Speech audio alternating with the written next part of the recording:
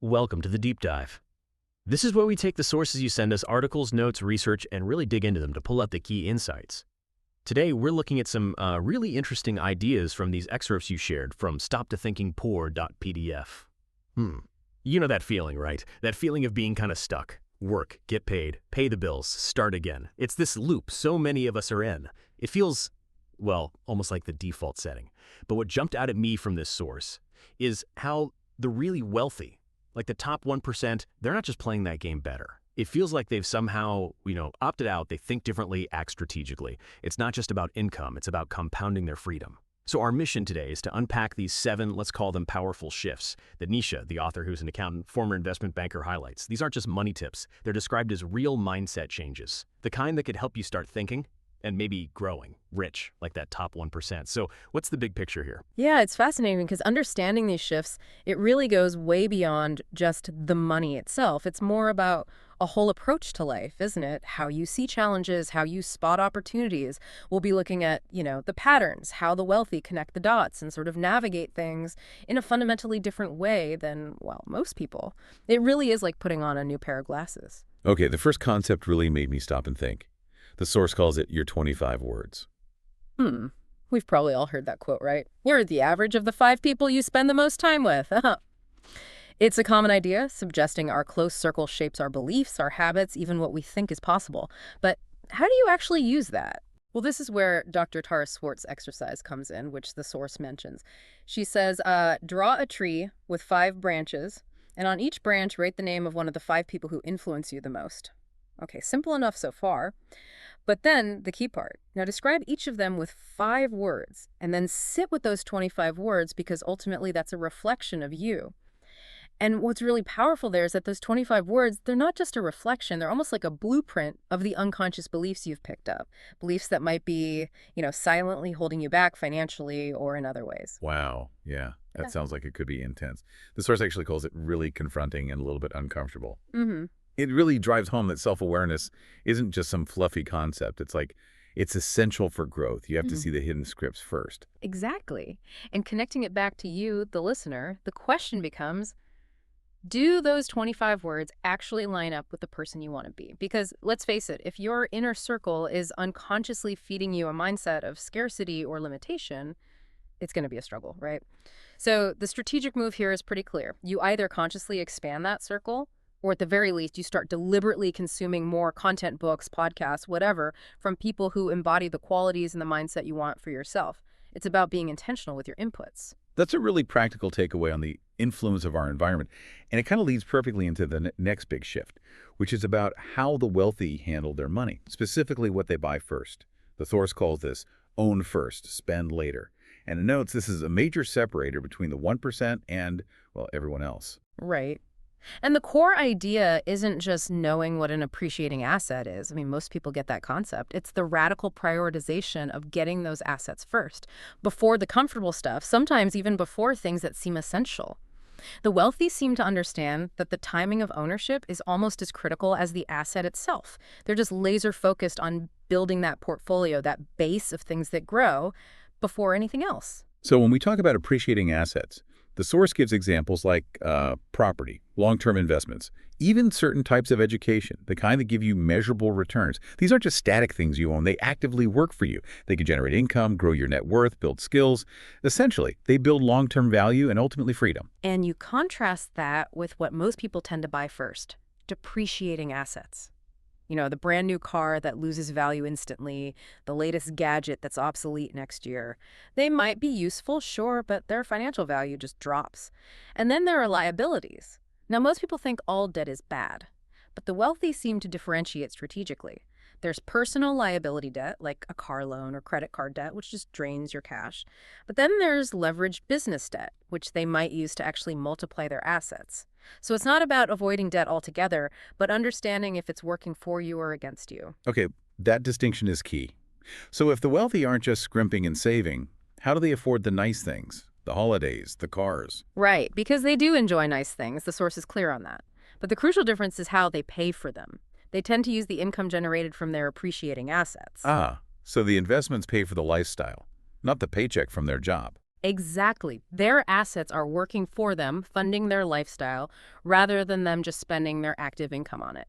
Big difference in approach. Okay, building on that strategic mindset, let's talk about shift number 3. Become obsessed with the idea of getting rich. Now, obsessed sounds pretty intense, I know. It does, yeah. But the source clarifies it doesn't mean, like, unhealthy fixation. It's more about a burning passion, a real drive. The point is, extreme wealth rarely happens by accident. It comes from this focused energy. Napoleon Hill in Think and Grow Rich really nailed this intensity. He said, desire is a starting point of all achievement. Not a hope, not a wish, but a keen, pulsating desire which transcends everything. When you have that level of, let's call it obsession or intense desire for a goal, it's like your subconscious mind just kicks into high gear. It's not that opportunities suddenly appear out of thin air, but you become so tuned in that you actually notice things you would have completely missed before. Your mental filter changes. So how does this apply to you, the listener? How do you actually cultivate this? The source suggests starting with a specific financial goal, something that genuinely excites you, maybe a savings number, a monthly income target, a net worth milestone. Then, crucially, write it down, put it somewhere visible, and really connect with the why behind it. What's the deep emotional reason you want this? Because when you tap into that why, your awareness shifts. Your brain starts actively scanning for ways to make it happen, spotting connections and chances you were blind to before. And that intense desire naturally leads into the 4th shift. Plan well, act fast. This is all about bridging the gap between that desire and, well, reality. Successful people don't just wish for things. They turn those abstract desires into concrete, measurable plans. They don't just wait around. They map things out and get moving. And there's actually solid research backing this up. Dr. Gail Matthews, a psychology professor, did a study on goal setting. Involved about 267 people split into 5 groups. The results were pretty stark. Only 43% of the people who just thought about their goal made any real progress. Just thinking wasn't enough. But, and this is the key part, 76%, a much higher number, of those who actually wrote down their goal, created an action plan, and had regular check-ins. They were significantly more likely to achieve their goals or at least make massive progress. It's the act of planning and accountability that really moves the needle. Okay, so that makes sense. But how do you actually do that? How do you take a big dream and make it actionable? The source suggests breaking a goal down. Let's say you want to start a side hustle or make your first big investment. Break it into 3 levels. First, the outcome. That's the big picture goal. Then the milestone. What needs to realistically happen each quarter, say, to get you closer? And finally, the actions. What small steps can you take this week? Even better, what can you do in the next hour? Make it immediate. And, if trying to juggle all that on paper feels a bit chaotic, the source mentions using a digital tool, something flexible where you can map out ideas, plan projects, track the actual tasks, break down those big goals into weekly actions, keep notes, links, screenshots all together. It's about finding a system that simplifies the process and helps you actually execute the plan. Makes sense. Removes the friction. Okay, next shift, number 5. Speak the language of possibility. There was this German research study in 2018 looking at personality traits of wealthy people. They found that people with more wealth tended to be more conscientious, yes, but also more open to new experiences. And what that translates to, in practice, is they're more likely to see opportunity where others might see limitations or risk. Yeah, and the source shares this really telling pattern from banking. When wealthy clients were presented with these big, high-stakes opportunities, maybe a business deal, a major investment, their very first thought wasn't, oh, can I afford this? Instead, it was immediately, will this make me more money? And if the answer was yes, the next thought was instantly, okay, how do I make this happen? The price tag wasn't the first hurdle. Right. They didn't let the cost shut down the possibility before even exploring how. And that's such a stark contrast to how most people react, isn't it? Yeah. The default for many is seeing the cost first, immediately thinking I can't afford that, and boom, the door slams shut on something that might have had huge potential returns. So why does the language matter so much? Just saying I can't versus how can I? Because it literally changes how your brain works in that moment. I can't afford it is a statement of fact, almost. It signals problem over, stop thinking. But asking, how can I afford this, turns it into a question, a problem to be solved. It engages the creative, problem-solving parts of your brain. It forces you to shift from scarcity to possibility. That reframing ability ties nicely into shift number 6. Leave luck at the door. We hear it all the time, don't we? Oh, they just got lucky, or right place, right time. And yeah, maybe serendipity plays a role sometimes, but the core idea here is different. It's that fundamentally you make your own luck. The source tells this great little story from Jenny Wood's book, Wild Courage. It illustrates it perfectly. She saw this guy she liked on the subway, had the thought, okay, if he gets off at my stop, I'll ask him out. Standard enough thought. But he didn't. He got off a few stops earlier. Now, most people would just go, oh, well, wasn't meant to be. Fate, right? Story. But she apparently thought, no, I don't believe in fate. I make my own. Yeah. So she actually ran after him, gave him her business card, totally uncertain outcome, could have been awkward. Long story short, they end up getting married, have 2 kids. It completely defied that passive wait-and-see approach. She took action. That's a great story. Yeah. And it's fascinating because that mindset, it applies everywhere, doesn't it? It seems like that's part of what separates the really successful, the wealthy. It's not some kind of magic. It's just this willingness to move, to act, even when things aren't certain. That mindset of, okay, I don't have all the answers, but I'm going to take a step and figure it out as I go. Exactly. So maybe the next time you catch yourself thinking or saying, well, maybe it just wasn't meant to be. Yeah. Just pause for a second. Ask yourself, okay, how can I actually take control here? How do I shift this from being about fate to being about my intention and action? Because being part of that 1% club, thinking like they do, often means being decisive, being proactive, chasing down the opportunities that other people just watch drift by. Okay, decisive action, proactive mindset. And that brings us to the final shift, number 7. Build income that doesn't rely on you. This is framed as one of the absolute biggest mindset differences picked up from the truly wealthy. They're not just focused on earning more money in the here and now. They are obsessed with building income streams that work without them needing to be there. They are intentionally creating passive income, the kind that flows in whether they're sleeping, on vacation, playing with their kids. And you contrast that again with the common cycle. Work, earn, spend, repeat.